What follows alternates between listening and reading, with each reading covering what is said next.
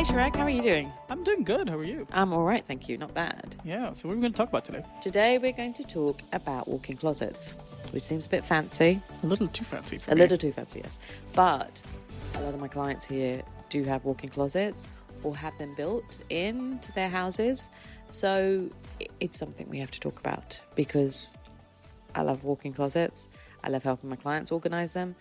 They do look very cool. They do, yes. And now what people are doing is getting, not making custom made, walking like a special room. They're taking a bedroom, like say you live in an apartment, a 3-bedroom apartment, they're converting one bedroom into a walk-in closet because a lot of these places don't have enough wardrobe space. Right. And the same in villas as well. So, it's not about creating a specific space. It's converting a bedroom into a walk-in closet so that it's a separate space. And because it usually has an ensuite bathroom as well, that's then the dressing room instead of a bedroom. Because I think here as well, traditionally walk-in closets are not part of the structure, right? Like they don't really build for that. Even in big houses, you don't really build. Some they do, but like the older ones anyway, they didn't. And the new areas that are being built, yes, they're, for the bigger houses, they are creating a specific area for the walk-in closet. But yes, in the old places, they didn't have it. And there wasn't enough wardrobe space. There still isn't. It's quite a disaster here. So that's what people do, that they just convert a bedroom. But when they convert it, they get these people to come in to create the wardrobes. But the people designing it and even the clients don't actually think about the amount of stuff they've got. They've seen the pictures on Pinterest and all these beautifully designed wardrobes with not many clothes inside them, and they have not accounted for what they actually possess. So we want to talk about that today, about how to create your walk-in closet, declutter it, organize it, and make sure you have ample space in there to keep everything that you have. So first of all, what I always suggest to people before they've even got the designers in is to declutter, which sounds strange because wouldn't you declutter when you're moving your stuff into your wardrobe? But for me, it's before you even designed it. So declutter your stuff. See how much stuff you can get rid of. So what you want to see is the things that you have left in your wardrobe. So once you've done the decluttering, try and organize the wardrobe as well. What you have, how much space you have and what the stuff you have. So you organize it into the sections. So all the dresses together, all the t-shirts, jeans, shoes, handbags, put everything like for like in the same places. Your trainers, your, loafers, whatever you have. Make sure everything is like to like together. And then you can see how much you've got. So when you have the designers come in or you design it yourself, you can see how much, hanging space you might need for your trousers, how much you need for your abayas and your long dresses, or for short items, how much space you need, shelves for storing your t-shirts and winter clothes and trousers if you don't want to hang them. Also, top space, like you're going to put the winter clothes at the top because you don't need it for a lot of the months during the year. Also, you consider your accessories as well. So your ties, your belts, your watches, which a lot of people have, like especially I've had gentlemen clients who have big collections of them, jewelry, if you don't want to store it in a dressing table. And also you want to make space for your safe, because you have, lots of people put safe inside their closets areas as well.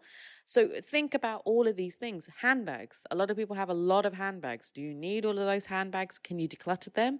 And then the ones that you've got left, see what sizes you've got. So have you got clutches? Have you got big daytime ones, even bigger travel ones? You have to make space for all of them as well. And then finally, the shoes. Shoes is a big thing, especially for ladies. How many shoes have you got? How high are the heels? You have to make enough shelf space for the height of the heels. So not just, to fit all the flats, because that's a disaster. I've had that before, that shoe cabinets have been created and then you can't actually put the shoes inside the shoe cabinets because the person who designed it didn't even look at what shoes the person owned. So then I had to go in and try and change the lengths of the shelves. So think about all of that. But a major thing is how much hanging space you need. If you've got jackets and blazers, you need to hang them. If you've got dresses, you want to hang them. T-shirts, you don't have to, but if you've got other tops that are nice, you might want to hang them as well. Abayas, trousers, jeans you can fold. That's fine. It doesn't matter if it's not hanging, unless you really are pedantic about how you want them to be stored. So you have to think about all these things. And it's surprising how people just don't think about that when they are creating their walk-in closets. It seems like when you're talking about like these custom closets and stuff, I mean, is it does this happen more because the default ones that you pick off the shelves, like in an IKEA or whatever, like they're not set up for the kind of clothes you might have, or is it just people are not planning this really so well? It's both. So I mean, with the ones from IKEA, they're great, and a lot of people have used them and put them into, say, the bedrooms that they created. And I have worked with a lot of those, but they're, a set standard. So you'd have to get a lot of these units for hanging. So the problem with these kind of ones where, they're already made, they're already, the sized in a specific way, you can't adjust them.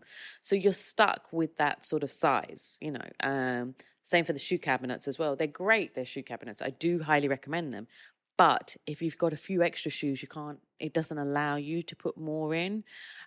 So that's the problem with these, IKEA's home center kind of wardrobes. They are great to a point, but also with a lot of places, say that if the ceilings are higher than expected, you could build more on top. But if it's a set IKEA one, you can't. It's a set size. You can't go any higher up. So I have a custom-made wardrobe because the wardrobe that was in my place was tiny. So I had one custom built, and I got storage space built at the top to put all my miscellaneous stuff that I'm not going to use, like my winter stuff, saris, and lengas that I wear for weddings, which I don't wear often otherwise. So that's all at the top, my winter clothes as well, and Christmas stuff. So that I plan that specifically to put all that stuff up there. What I've found as well with people buying wardrobes or getting people to make the wardrobes, the people who have built these wardrobes haven't accommodated for the size of the hangers and how clothes should be hung with hangers. So they don't make the depth big enough for the wardrobe. So then the hangers have to be slanted to fit the clothes in properly. That's a bit crazy though, right? Like you would think, is it just there are different hangers in different countries, like sizes? It can't be, right? Like there's pretty standard sizes, standard. right? Yeah. So it's the most bizarre thing. And there was one place, I remember there was these beautiful apartments I was working in. Beautiful, beautiful apartments. The depth was so small that you couldn't put the client had suits. It was completely you had to hang them sideways. So you could only hang about 5 suits because of the way it was, you had to fit it in. So you lost so much space just because this silliness of building these wardrobes. I think it could also be like, they're building the wardrobes or the closets for shelves, but then someone is like, afterwards they're like, oh, but by the way, we need to have some area where you can hang, and now suddenly you're dealing with these like very thin or not deep enough closets. Yeah, exactly. You can't hang, yeah, it is, and it's so bizarre. It's really strange. So that's happened. So make sure the items that you want to hang, that they hang them straight. They think about the depth of and the depth with doors. So they could say, yeah, it'll be this depth, but they haven't accounted for the doors closing on the closet. And you laugh, but this is how, it's ridiculous. The wardrobes I see in the closets I see, if you want ones with no doors, then that's fine. Then you've got a bit more space to, you don't have to have them so deep. And I mean, people there's two views because of the dust here and the sand, and it comes through even in the aircon. So a lot of people want doors, but some people don't. They want the open space so they can see things easily. You can, it depends on what you prefer. I prefer glass doors so I can see what's there, but at least it's covered and prevents the dust getting in. So it just depends on what your preference is. And then at least, when you design it, especially when you know what clothes and items you have, you can then say, okay, I need this much space to fit this many bags. Like, how many bags can I fit on one shelf? How many shoes can I fit on one shelf? How many trousers can I fit on one rail?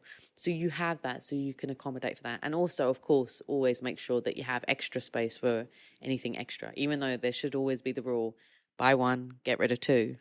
But, I'm allowing for people to have a little bit of extra space. So that's my tips for today on the walk-in closets. Very cool. So if you're looking to design a walk-in closet, if you're looking to put together your own walk-in closet, or if you have a walk-in closet, these are some of the things you need to think about.